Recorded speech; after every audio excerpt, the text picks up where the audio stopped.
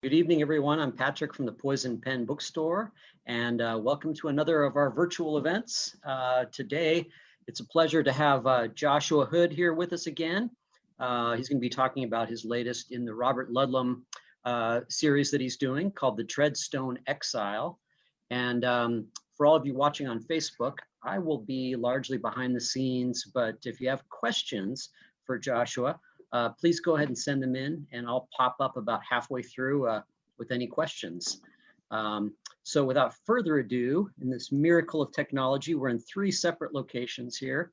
I'm going to hand it over to Barbara. Thank you, Patrick. I'm holding up the book because I invariably forget to tell everybody that we have autographed copies if I don't do that. But besides, it's a really arresting cover, red, white, and blue, yellow, all that good stuff.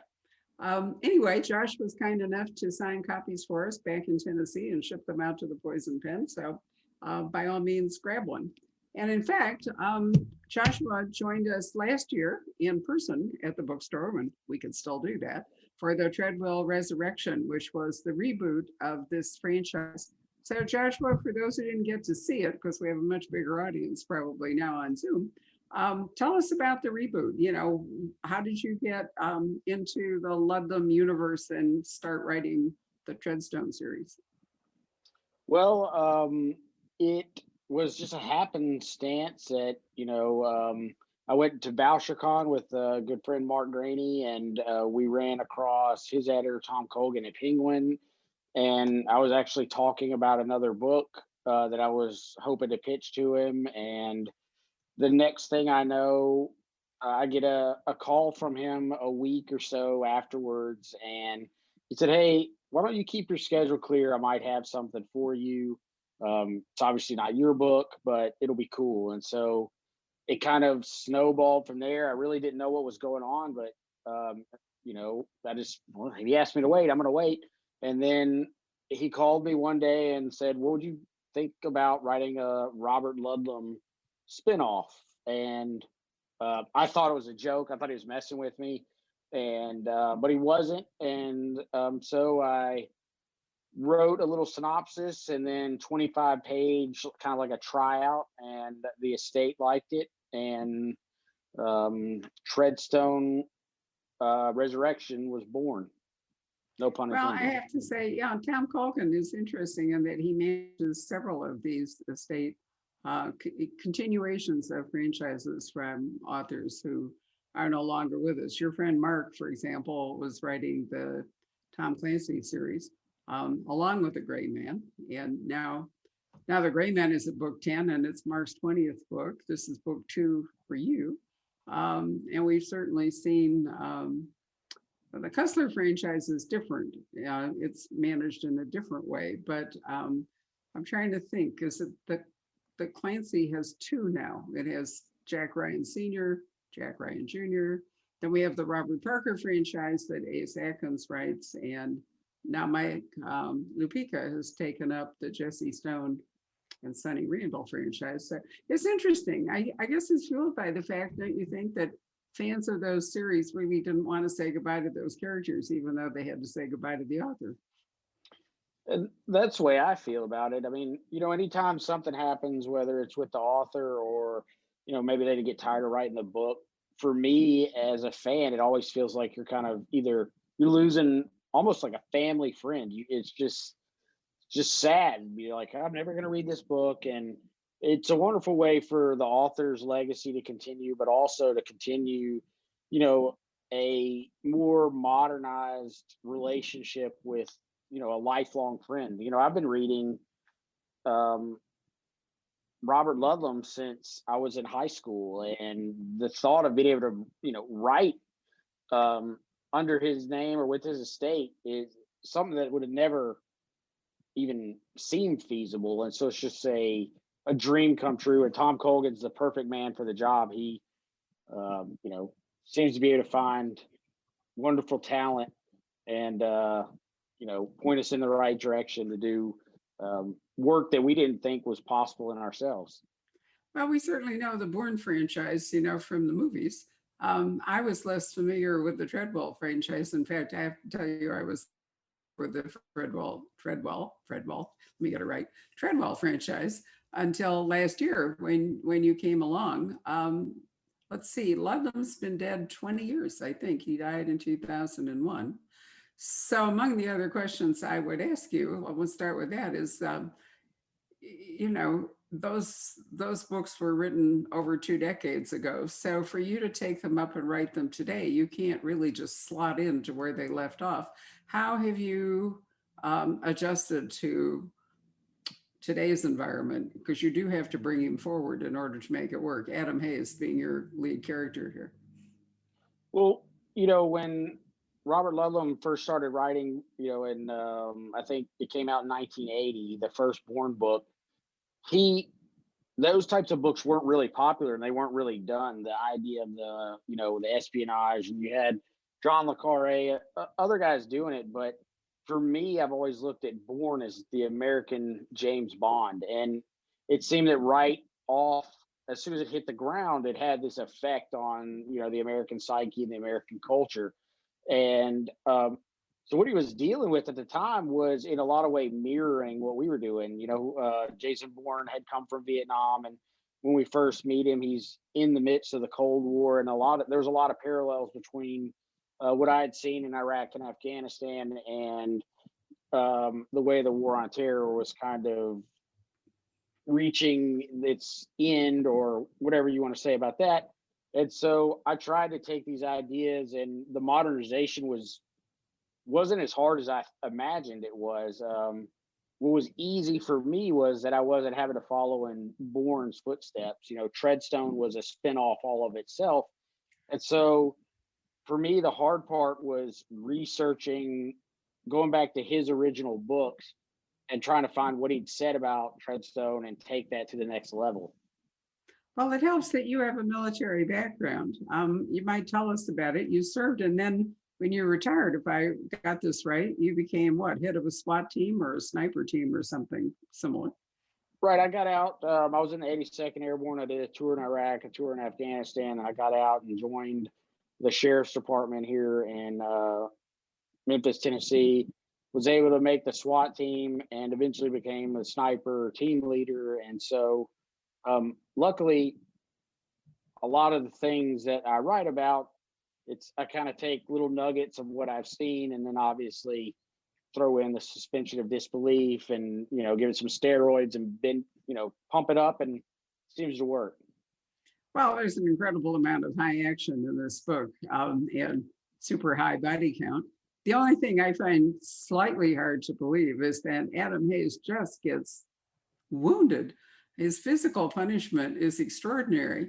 And yet somehow or other, he manages not just to keep going, but carry on. And I have to tell you, as an 80-year-old person who's had a knee replacement because of, this and that, I worry about Adam when he gets to be 40. He's going to be suffering from like terrible arthritis and, probably all joint replacements and maybe artificial organs. And, can you really deal out this kind of punishment to him and expect him to carry on? Well, I thought going in, I wanted to create, a protagonist that was a little bit different than, what I'd written before and was also in the genre. And before that, the only person I had seen really beat up on their protagonist was Mark Graney in The Gray Man, especially,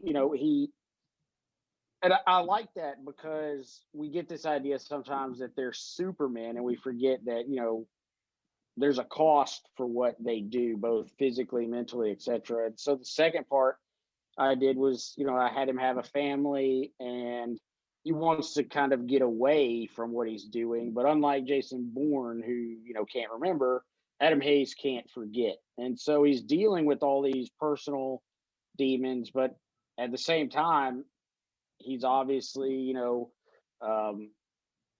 he's going to reach his shelf life in some way as he gets older sooner rather than later. And so for me, that's interesting because we never see in books what this really looks like, like the old Nuprin commercials with Joe Namath getting out of bed and, putting on a Nupit, it's like, that's a reality. And it's something that's not often explored. And I just thought it was kind of an interesting take.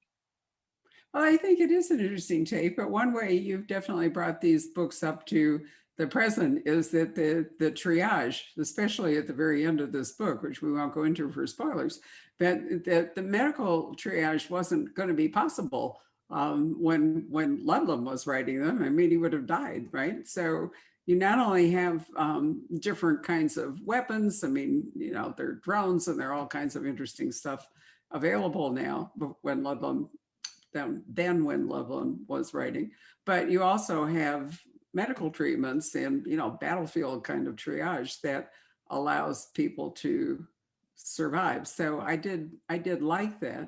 And, you know, I just worry that when he has serial medical encounters in one book, you know, it's like he's rushing towards the end, but I, you know, it's high action book, and that is part of the fun for you writing it and for readers. So I want to say that in this book, you have introduced me to some geography that I was, you know, I haven't been there, but my kids have been there. So that part was okay. But Spain, I really had to do some work. And it's the first time I ran across, for years, I did know about it, but I'd forgotten the fact that there are Spanish cities dotting the coast of North Africa. And Ceuta is almost directly south of Gibraltar, but And Gibraltar's it's such a next to fascinating Morocco, but it place. is, yeah. Well, Gibraltar, I was interested that Gibraltar has remained Gibraltar. To one of the possible consequences of Brexit was that Gibraltar would I don't know what, but anyway, and keep the border open. I have been to Gibraltar, and you know, gone up the mountain and played with the apes, and or not played with them, but observed the apes. And I took a taxi up and hiked down. I have to admit that I didn't hike all the way up, and it's fascinating because the whole inside of the rock is all tunneled out, and there are, you know, there are gun emplacements, and there's all kinds of things. The airport is sliced in half by the highway, so whenever the road that connects the city to the rock and let the planes go by. So, you know, it's a complicated place. But I just didn't realize that looking right across the Mediterranean, it's not that far, there was a Spanish city on the North African shore bordering Morocco. And you've got some really great scenes in that city. It's a very busy port. It's a smuggler port.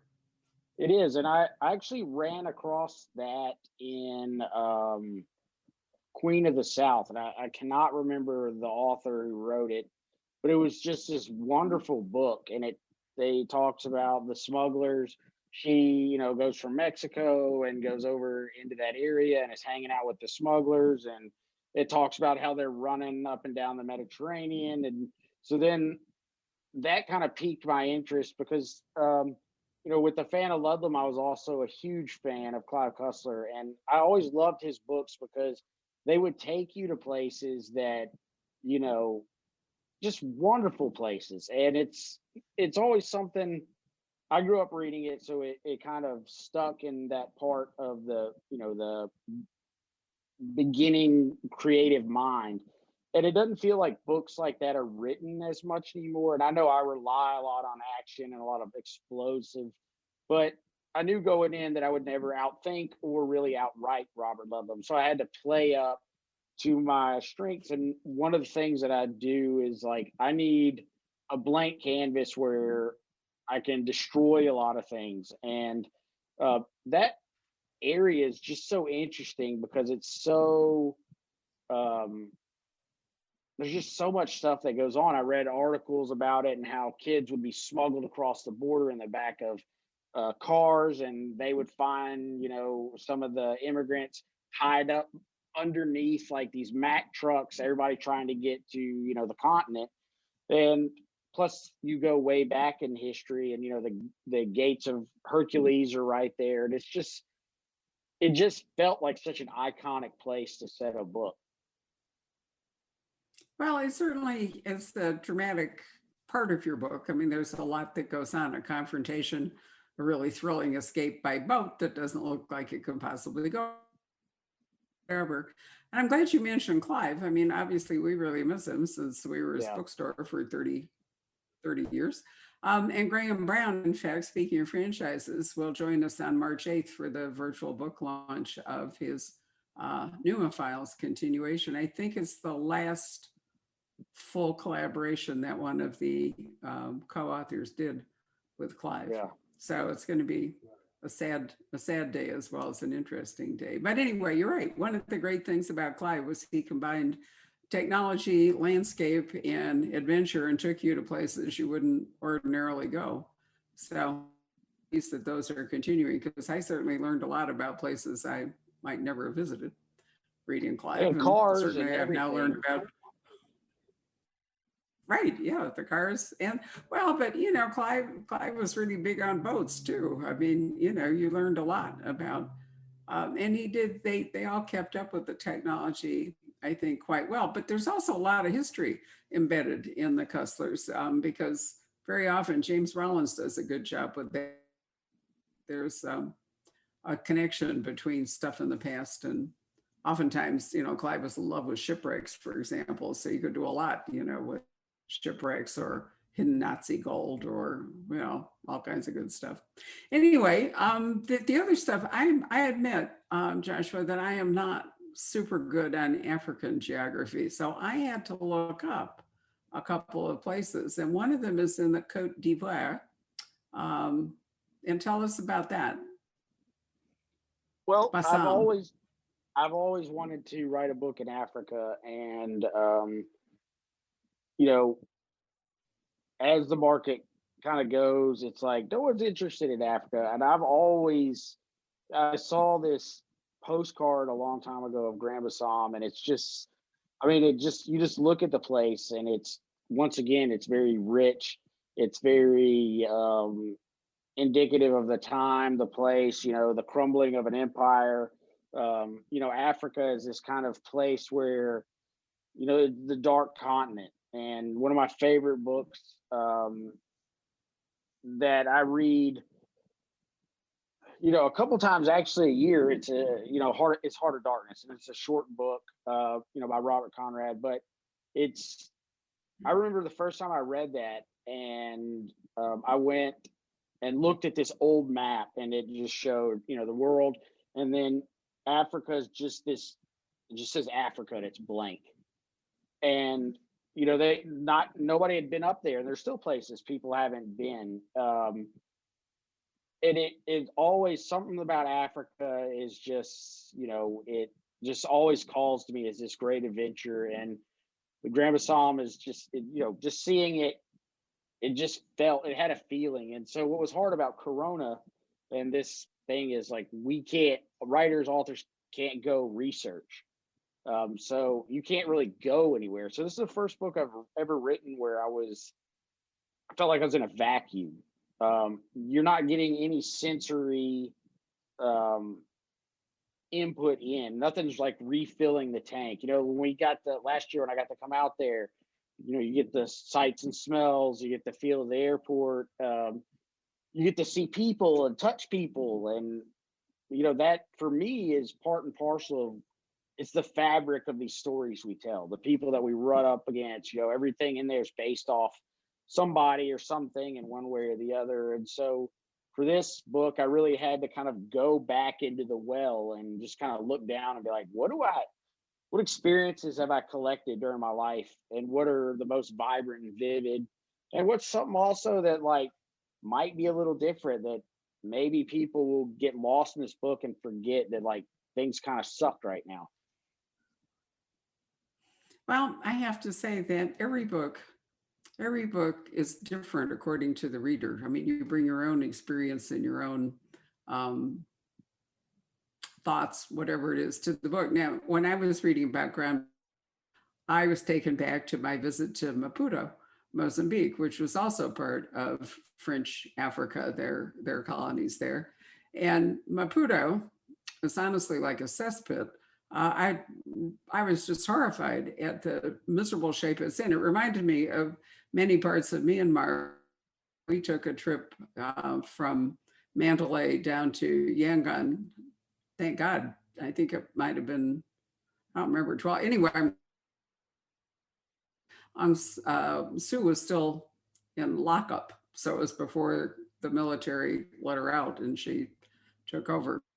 Anyway, you could see that in Myanmar, they threw out all the good stuff of the British along with the British. So nothing worked. They wiped out the railroads. They wiped out everything that the British had done well, because the British were like the Romans. They were really good at infrastructure. They were really good at transportation and whatever. And the Burmese, I'm going to call them Burma because I still think of it that way. When they threw all that out, they put themselves back as a whole country, because they, and India kept a lot of what the British had left, despite really bitter divorce. But they still had trains that ran and all the rest of it. Maputo was like Burma in that, or Mozambique, that when they tossed out the French, they all let it go to hell. And one of the places we went to visit was the train station, and it was designed by Eiffel. I mean, it was this gorgeous wrought iron, structure that even in ruins, rusted and nothing working, reminded you of how, what kind of vision Eiffel had of the Eiffel. And it was sad to stand there and look at this kind of rusting hulk and streets full of, potholes and nothing functioning. Sad about how much was lost. And when I was looking at photos of Grand Bassam today, trying to figure out where it was the capital of Ivory for the French. And then it had a great location on a river, but then it got aced out by another city. And so much of that French, the houses, the mercantile structure and all, was like Maputo. It's fallen into, shells. I mean, lots of the houses are just wrecks, and it's decayed, and it makes you feel bad. Although there may be a more vibrant town I think it's to the east, if I remember the geography right. So maybe they're just letting the French part collapse and the new part grow. But I thought it was an interesting place for you to send them rather than the actual capital of Cote d'Ivoire. Well, I thought, we all see, like you said, different things. And when I looked at that decay and everything, I saw a lot of beautiful things. I saw how, the jungle had come in and try to reclaim it. And then, we have, there was I don't know, maybe 5-6 years ago, there was a terrorist attack there where they came through the beach and shot up a lot of people. And it's like, I've always been kind of struck by, like, the most beautiful places are often the times, the places where the most terrible things happen. And, I think it's the Kona in South Africa always would talk about, the reason that the dirt in South Africa is that ochre rust color is because, like, so much blood's been spilled there. And so, it's a very tragic place, but also it's very, in my mind, it's just very somber and beautiful, and kind of it lent itself to the tone of what Adam was going through, the crumbling of what he used to be and trying to move forward into the light.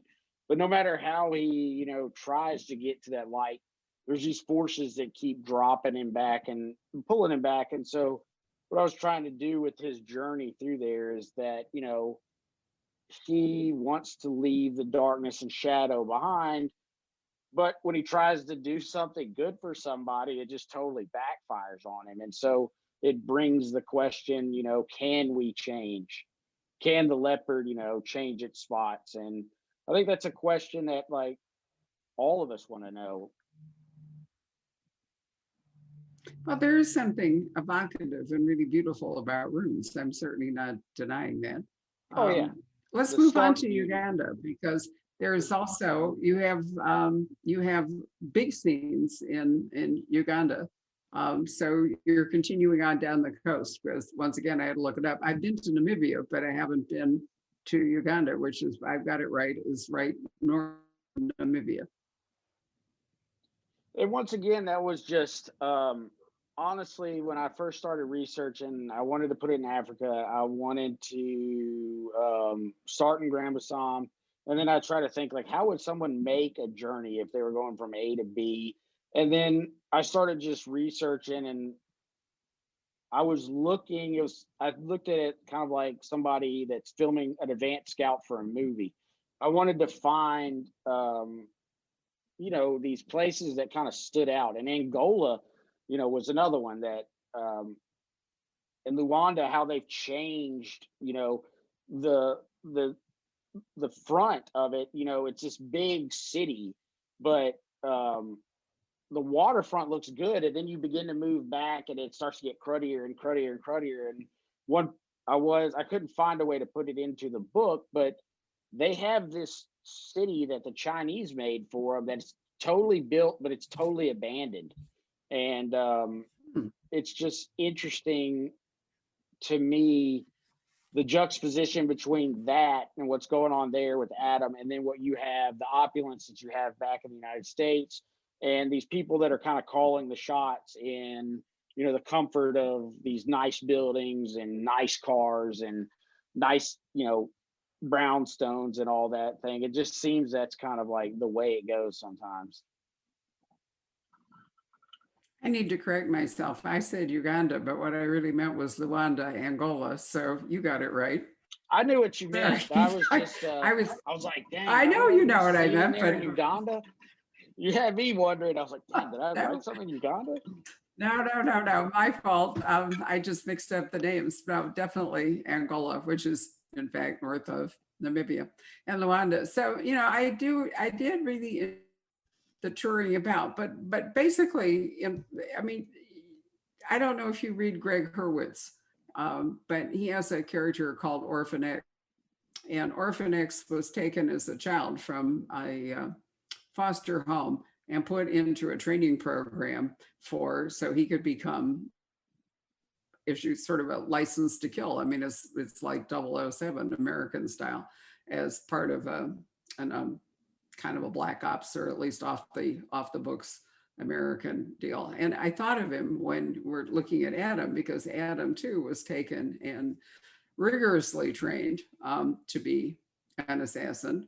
But there's a huge conflict in the book now between the CIA and the Senate Oversight Committee, Intelligence, and this operation, the Treadstone operation.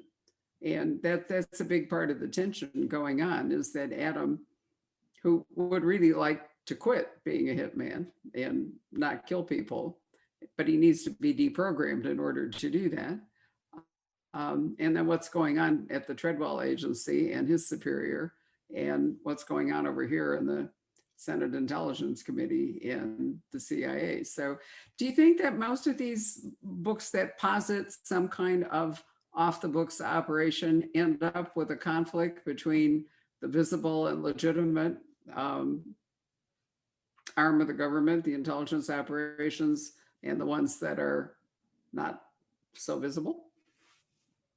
I think they do, but what I was trying to do, I mean, like I said, I knew I couldn't outright Robert Ludlum and I couldn't outthink him, but I tried it in many ways as possible to kind of drop little homages. And he was so good, especially in the first Bourne book, about showing, which was probably the first time you see these inner working, these little microcosms of, government, military, etc. And personally, like, I try not to get too involved in politics, and then in fiction, it's just a machine to take it somewhere.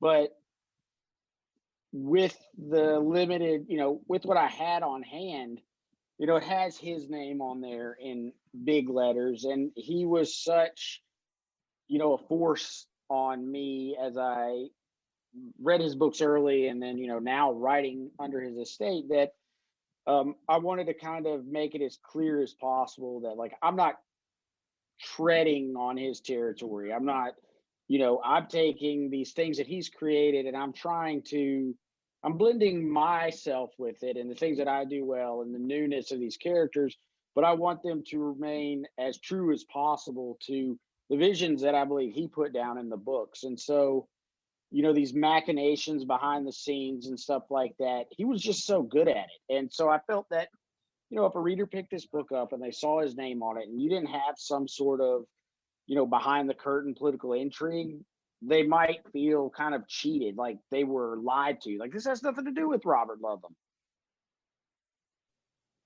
Well, I do think it's interesting that you've taken Adam, who was trained to be a killing machine, and he wants to deprogram himself. He's acquired a wife, he's acquired a son, and but he can't. It's like an addiction thing, where he's trying very hard to, like, give up coke or heroin or something, but he can't quite do it. And then circumstances force him to have to make a decision to reactivate those skills, or he's going to die. Self-preservation trumps whatever he's attempting to do. And I think that's really interesting, that while he's trying to reverse the process, and yet circumstances prevent him from doing that. That's an interesting, dilemma that you've put him into. But his skills are, as with all these guys, his skills are so superior that even when he's surrounded by, 14 killing machines with machine guns and all the rest of it, somehow or other, he's always able to react in such a way that even if he's damaged, then, odds are that he will survive. But there's a lot of collateral damage around guys like that, isn't there? There are, and I try to make sure that all the collateral damage is bad guys. I just try to kill a lot of bad guys and keep the civilians, safely out of harm's way. Because it is, we're obviously pumping situations way up, and we don't want to glamorize violence, but it's an escapism thing. And growing up like with the action movies of the 80s, and the Arnold Schwarzeneggers and the Rambos, etc., you had like this total carnage going on, and at the end of the day, like, nobody got fired on the police department because they wrecked 700 police cars on the freeway and stuff. So I hope that I think the readers understand that this hyper violence isn't something that, like, we don't want. And that's what he's kind of dealing with, to go back to that, is like, I think that he, at a lot of levels, and we'll see in the next book, is that this has affected him. And the reason the violence and body count was pumped up so much in this book is because, not to give away any spoilers, he eventually goes home. And so what does that look like when he has a child and a wife who haven't seen him in a while? And that's just one of the things that, unwrapping that kind of package was something that really just fascinated me. And when I laid it out, when I began him as a character, I wasn't planning any of this. It's just kind of the journey, he took me down. Well, I think you did an excellent job of it. Patrick, are you there? Why don't we see if we have any questions from the audience? Patrick is in a black ops. Yeah, I'm here. Yeah, Here you are. Almost like your own black op. I'm just listening along. Really fascinating stuff. It's funny, one of the questions that came in first was from somebody named Carol, and she has a question. She says, I'm curious about the tats on Joshua's fingers. What do they represent? Well, it says hold fast. And I like tattoos, obviously. And when I got my first tattoo, like, man, it was a long time ago. I was in the military.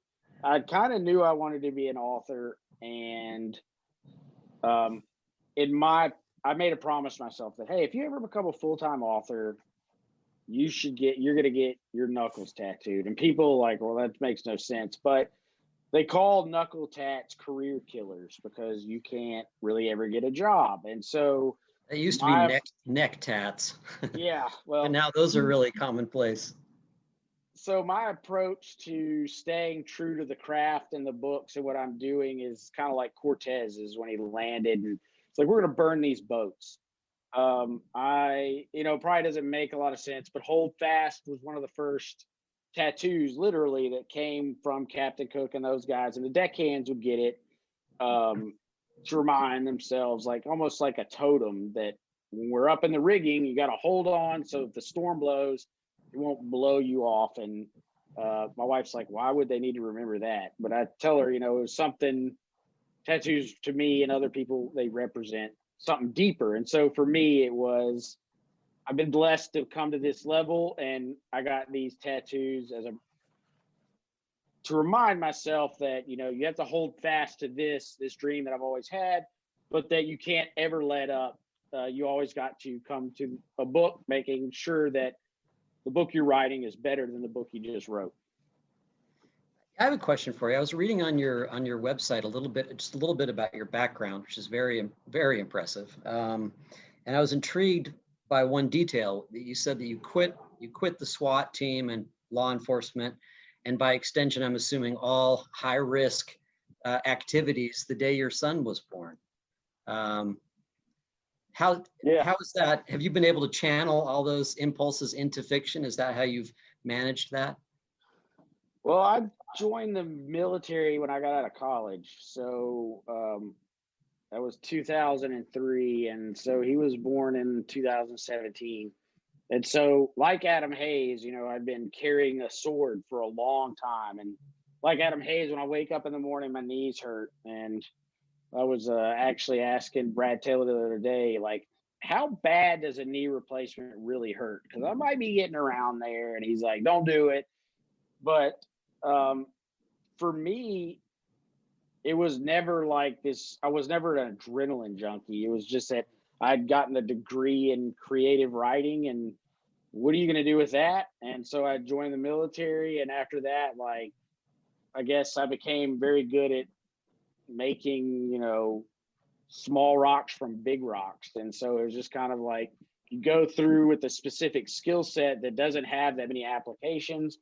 And so luckily I did find writing and was able to channel that, but it wasn't like, oh crap, I'm not going to be getting shot at anymore, or I don't have to do this. It was like, thank God that, you know, this opportunity has come. I just knew that, like, when my son was born, I looked at him and I was like, I can't bring, you know, I was working 50, 60 hours a week. You know, we're on a full-time SWAT team doing this stuff. Like, I couldn't bring that trash home to him. So I was like, well, we'll figure it out. But he's never going to see that.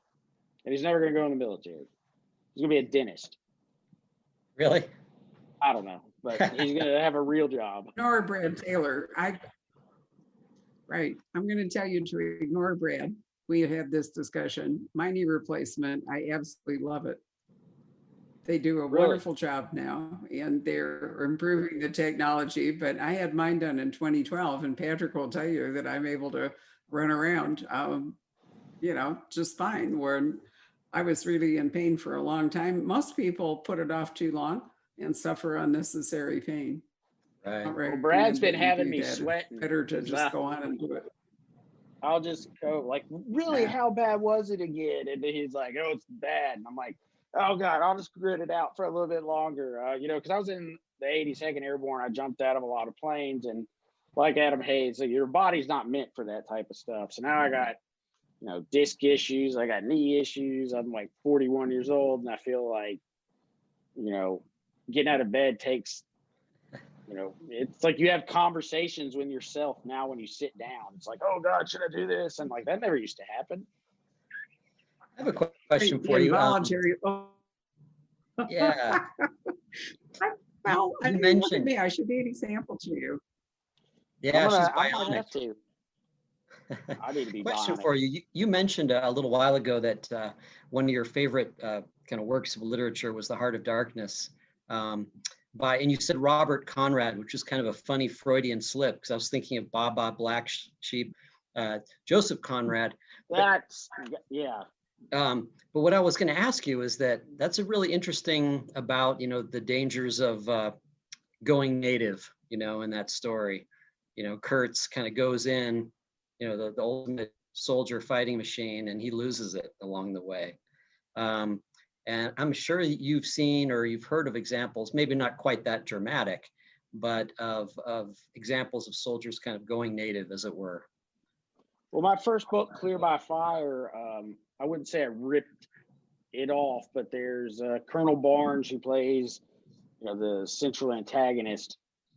He is very Kurtzian, and I remember reading the book so many times, and then I saw Apocalypse Now, and then, you know, they've had these remakes, and it's like, you know, when he says the horror, it's like, what is it? What does that mean? And it's like something that stuck with me forever. And um, it is that native thing. I think that all these guys in these books and these genres, there's a line that, they're always pushing. And what happens when they step over it is, kind of a common thing. But what happens, I haven't seen too many people write about what happens when they step over it and then they come back. It's like Nietzsche, when you look over, the edge of the cliff into the darkness, sometimes the darkness looks back, or, the whole, if you chase monsters, you end up between them. What I would like to do with Adam Hayes is, bring that back to what happens when you never hear of them coming back. What happens when they come back out of the darkness?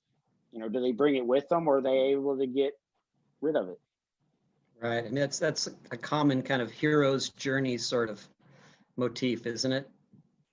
It is. You deal with Joseph Campbell and, the heroic cycle, the journey. They're supposed to come back with this reward, right? And so the reward was always about they go on a quest and they bring something back that's good for mankind. But not to be too esoteric here, way out in the weeds, but if we're talking philosophically and like you're engaged in carnage, killing, etc., and that is your quest, like what good things do you bring back with you? You bring back, yes, maybe protection, but if the people that in your village don't even know you exist because you're in a Black Ops program, everything's internal, right?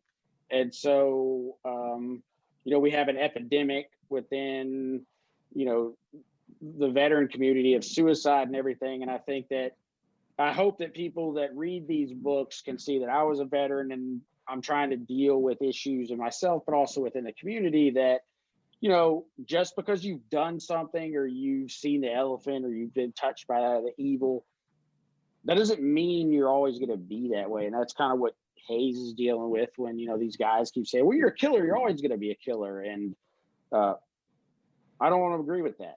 I don't agree that you're at any time, you've got to be this and that's all you're going to be. Right. Now, I understand you were in a parachute infantry unit.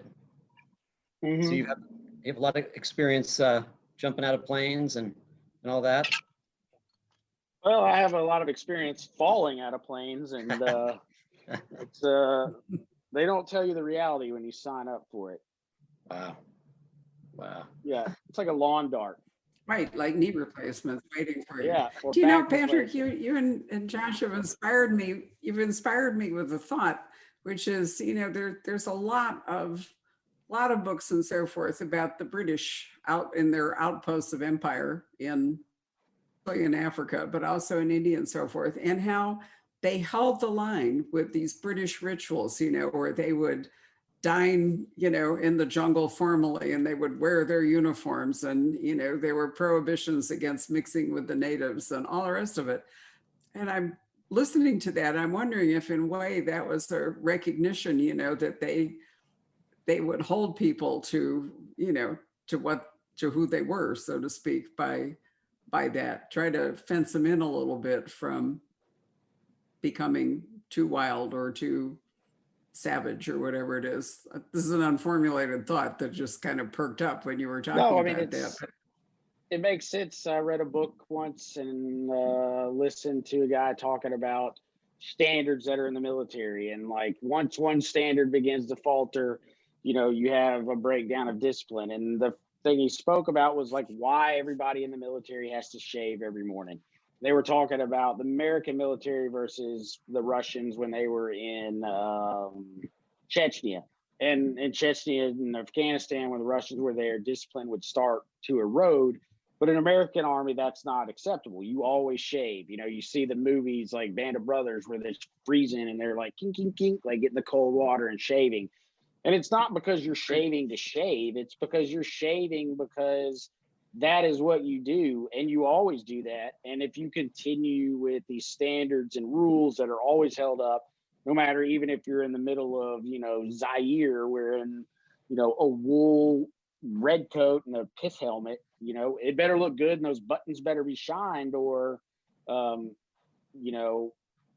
going to be in trouble. And they knew that discipline, that iron-handed discipline is what kept them alive in those situations. Because if you can remember to shave I know you remember to clean your rifle. I know you remember to check your ammo, et cetera, et cetera.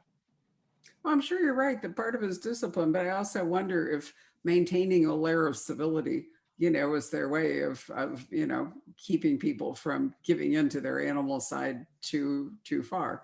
So Well, it's an no, interesting thought because no lie, when I was in Afghanistan, we were attached for a little time with a British reconnaissance unit, and we were driving towards this objective one day, and all of a sudden they stopped. And this happened multiple times, and I swear I'm not making it up. They make what's called a horseshoe, which is like a circle, and guys are pulling guard, and the other guys jump out and they start digging little holes. And I was like, what in the hell are they doing? And they said, it's time for tea. We're going to have a quick brew. I was like, we're in the middle of Afghanistan. You're down there digging holes to heat up water to make tea. But that's what they did all across apparently, across the British Army is like, it's tea time. Stop. We got to have some tea real quick. And it's like, all right, I guess they really, really like tea. I've never seen anything like it. yeah, but ritual is important, I think, in all of this, is what we're talking about to maintain humanity versus animalistic, in places where it'd be easy to lose your humanity. So I think that's one thing that they do. They're often criticized for it, but I hadn't really stopped to think about why they were doing it until just now. So great question, Patrick. Has anybody else asked anything you want to address? Well, I just wanted to ask you a little bit more about your search and destroy, the Black Ops thrillers that you've done so far. And you've done, is it right, two, Clear by Fire and Warning Order? Are those the only two so far?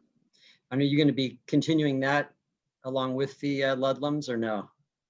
I mean, I would love to, but I wrote those with an imprint Touchstone under Simon and Schuster, and they no longer exist. And so I think I don't really know who owns the rights anymore to those books. I've, received a lot of praise and would love to keep writing it, but I think they went to Atria, and then Simon and Schuster was bought by Penguin, and God knows who owns them now. So I'd love to do it, but I don't foresee that happening. What else do you have ambitions to do in the future as far as some of your own work? I'm working on I've got a few ideas about things that I would like to write about. I love the freedom that comes with Treadstone in that if it was under my name, I don't think I could pull it off. But if I wanted to be like, in this next Treadstone, I get to set it in Haiti. How cool is that? Yeah. And so it's like, if it was a Josh Hood book, they'd be like, Haiti, or, but they're like, oh, whatever, put it wherever you want. Just like, as long as it doesn't suck, you can put it on the moon. I don't care. And so there's such a freedom doing that. That it's hard, I guess. I mean, this genre is so packed. You got Mark, you got Jack Carr, you got Brad Taylor, you got Brad Thor, you got, Coritz, you got all these people, Don Bentley, you got, I don't want to forget anybody, but it's just like packed. Kyle Mills. Kyle Mills, yeah. I mean, I can just look over here. It's just, everybody's doing something slightly different though, right? I mean, they're not all doing exactly the same thing. Right. My understanding and kind of like from editors and watching the market and et cetera, and this could be just a big cop out, is that the whole international thriller thing is kind of, if you're there and you got, a foothold, you're good to go. But eyes seem to be turning back to the United States, and they like homegrown books more, which I'm not, I'd love to, I'm just not very good at that.